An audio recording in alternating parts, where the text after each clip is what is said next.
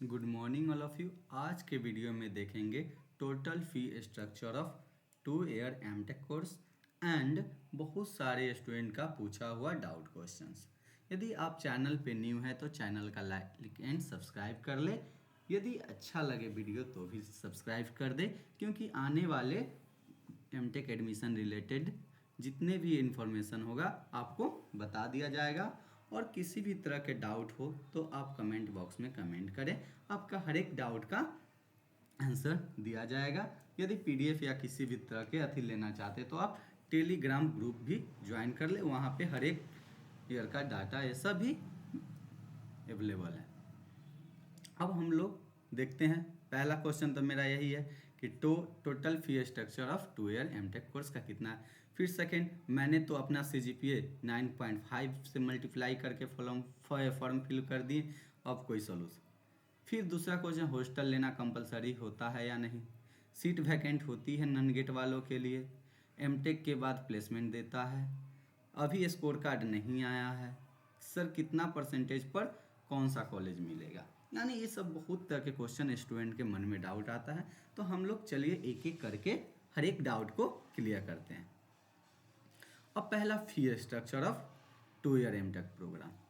ये जो fee structure है 2024 में काउंसलिंग के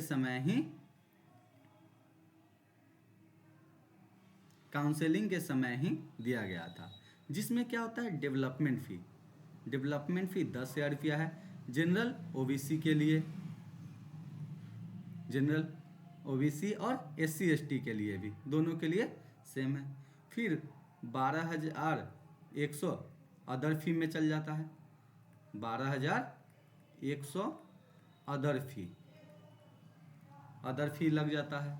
और ट्यूशन फी 120 रुपया, सिर्फ ओबीसी EBC जनरल इस को लगता है, SC ST को ट्यूशन फी।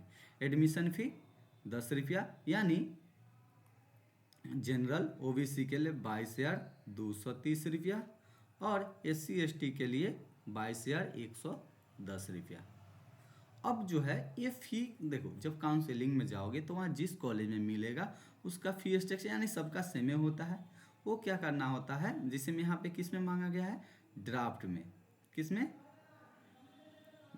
अथी के अकाउंट में हम लोग को क्या बनाना है, ड्राफ्ट बनवा के ले जाना था कॉलेज में। ये हो गया। अब बात आता है कि हॉस्टल फ़ी, वो तो 22,230 रुपया, यानी एडमिशन चार्ज 1 ईयर का एडमिशन टाइम लगेगा। एडमिशन टाइम कितना लग जाएगा,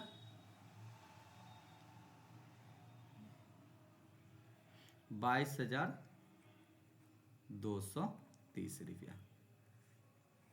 ये लेके नहीं जाना होता, बस वहाँ पे जाने के बाद एडमिशन होता है, फिर ड्राफ्ट या कोई कैश भी ले लेता है, कोई अकाउंट, मतलब वो सब अपना अपना कॉलेज बताता है कि कौन सा पैसा कैसा लेता है, कैसे लेता है, क्योंकि दरभंगा में जो भी ट्रांजेक्शन होता है ऑफलाइन ही होता है। अब देखिए, अब फिर 1 ईयर में ही क्या होगा, रजिस्ट्रेशन होगा, यानी इसमें लग जाएगा 2,500।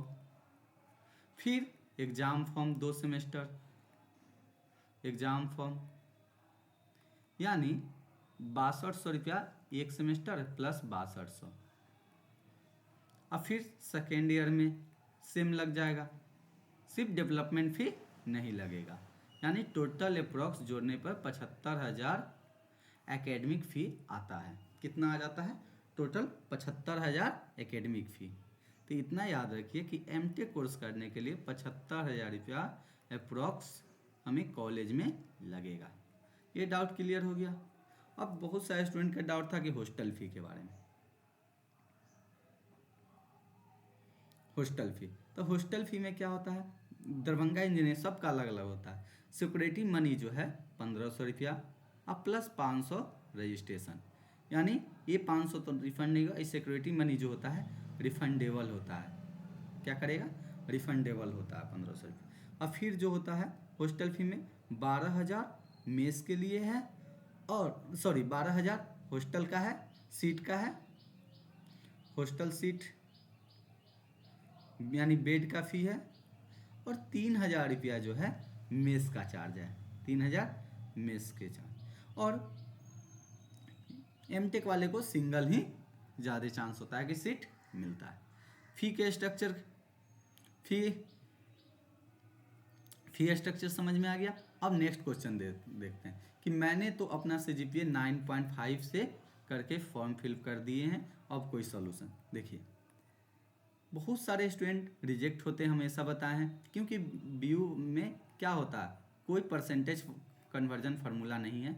इसका भी एक नोटिस दिया गया है, किसी को डाउट है तो जाके साइट से या किसी सीनियर से या ग्रुप में डाला है, आप ग्रुप में से टेलीग्राम ग्रुप से भी देख सकते हैं। परसेंटेज फार्मूला नहीं है, परसेंटेज फार्मूला नहीं है कन्वर्जन का BU का। वहाँ पे क्या होता है, मैनुअली ही कैलकुलेट किया जाता है। अब बात आएगा कि अब क्या करना है। तो देखिए 21/8/2025 को एडिट का ऑप्शन है, एडिट का ऑप्शन है।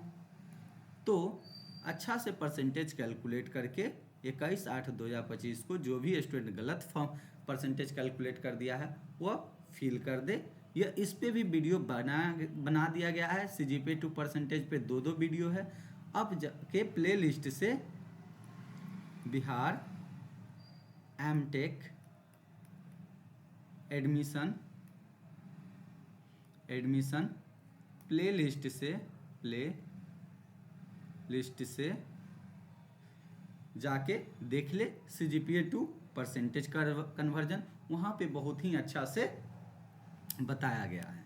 यदि कोई डाउट हो तो मैसेज करें, हम उसको क्लियर कर देंगे।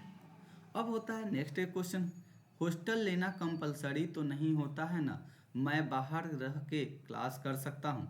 बिल्कुल कोई कंपलसरी नहीं होता है कि हाँ हॉस्टल लेना कंपलसरी नहीं है। बाहर रहना है बाहर रहिए, हॉस्टल में रहना है हॉस्टल रहिए। एमटेक के बाद प्लेसमेंट देता है क्या? देखिए बहुत बिहार इंजीनियरिंग से वो भी एमटेक में प्लेसमेंट की उम्मीद रखना ही गलत है। यहाँ पे बीटेक वाले को प्लेसमेंट बहुत सारे कॉलेज में मिलता ही नहीं है, बहुत कम मिलता है। तो एमटेक का क्या मिलेगा? यानी दरभंगा में तो अभी तक एक भी सीनियर का चाहे किसी का भी प्लेसमेंट, हाँ खुद के अथी पे ऑफ कैंपस ऐसा जाके होता है, बट हाँ कॉलेज में अभी तक प्लेसमेंट का नहीं सुने। हो सकता है कुछ कॉलेज में जैसे MIT इस में कुछ आता हो, बाकी न के बराबर, मतलब 5 से 10% ही चांस है, वो भी उम्मीद नहीं है प्लेसमेंट का, आता ही नहीं है कंपनी। बीटेक वाले को जल्दी मिलता ही नहीं है प्लेसमेंट, तो एमटेक वाले को कहाँ से मिलेगा। अब होता है सीट वैकेंट होती है नॉन गेट वालों के लिए टॉप कॉलेज में। देखिए एमटेक में जो स्टूडेंट प्रायोरिटी देता है, एमटेक में नियरेस्ट देता है, नियरेस्ट या जो शहर में सिटीज में है, जैसे पटना, भागलपुर, क्योंकि वहाँ पे होने से क्या होता है स्टूडेंट को 2 फायदा होता है। पटना, भागलपुर, मुजफ्फरपुर, ये सब जो मेन टाउन में है जहाँ पे सेंटर बनता है एग्ज़ाम के, तो स्टूडेंट क्या सोचता है, या तो एमटेक नियरेस्ट मिल जाए कि घर पे रह के जाने आने में दिक्कत, या कितना स्टूडेंट सोचता है कि पटना में रह के पढ़ाई करना है तो पटना, भागलपुर, मुजफ्फरपुर ये सब जगह ले लेता है, क्योंकि उसको एग्ज़ाम देने में भी दिक्कत नहीं हुआ। सेंटर क्या चूज कर लेगा, पटना, भागलपुर, मुजफ्फरपुर, यही सब। और ये जो डिपेंड करता है ब्रांच पे, जिसमें सिविल में थोड़ा सा ज़्यादा स्टूडेंट होता है गेट से। पिछला बार गेट से सिविल में लगभग 53 स्टूडेंट अप्लाई किया था गेट से, वही EE से मात्र 16 था। वही मैकेनिकल का उतना सा सीट में सिर्फ 2 ही एडमिशन, 5 एडमिशन हुआ था मैकेनिकल से, और ECE से और सिविल से, ECE और CSC से मात्र 2 से 3 एडमिशन ही हुआ था। यानी सब जगह कॉलेज खाली रहता है, टॉप हो चाहे ना टॉप, कोई भी हो नॉन गेट वाले के लिए। हाँ बट डिपेंड करता है कौन सा ब्रांच है। सिविल में थोड़ा सा ज़्यादा कंपटीशन रहता है, अब बात आता है कि 2025 वाले के लिए अभी ये स्कोर कार्ड नहीं आया, तो वहाँ पे खुद से CGPA टू परसेंटेज कन्वर्ट कर ले, CGPA टू परसेंटेज। इसके लिए तब यदि बिहार से है तो कोई अथी नहीं है, अदर स्टेट से है तो उसका कोई फार्मूला होगा। तो बिहार वाले के लिए ऑब्टेन मार्क्स